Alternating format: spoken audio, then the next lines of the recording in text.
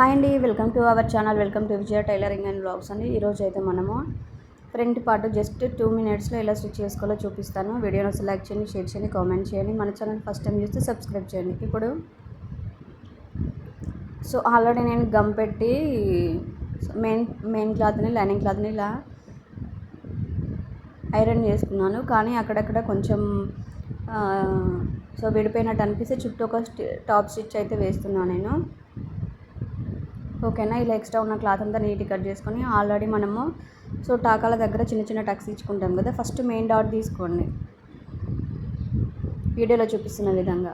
ఇలా స్టిచ్ చేసుకున్న తర్వాత ఇప్పుడు ఉక్స్ పట్టి కాజపట్టి సైడ్ డాట్, తర్వాత వచ్చేసి మెయిన్ డాట్ని బేస్ చేసుకొని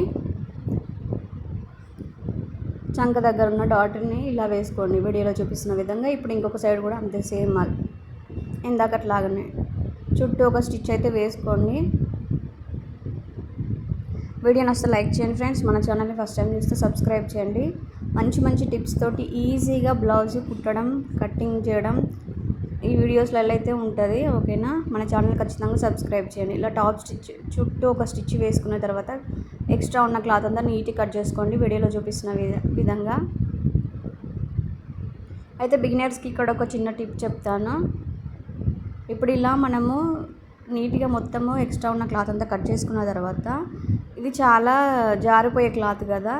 మనం ఎంత స్టిఫ్గా లైనింగ్ మెయిన్ క్లాత్కి అటాచ్ చేసినా కూడా ఒక్కొక్కసారి లైనింగ్ క్లాత్కి ఉన్న మెయిన్ క్లాత్కి డిఫరెన్స్ వచ్చి మనం వేసిన డాట్స్ అనేవి సరిగ్గా కనిపించవు. ఇప్పుడు ఎక్కడైతే మీరు డాట్ వేయాలనుకున్నారో ఫస్ట్ ఇలా ఒక స్టిచ్ వేయండి. వేసిన తర్వాత అప్పుడు చంక దగ్గర ఇలా డాట్ పట్టుకొని ఇలా వేయండి.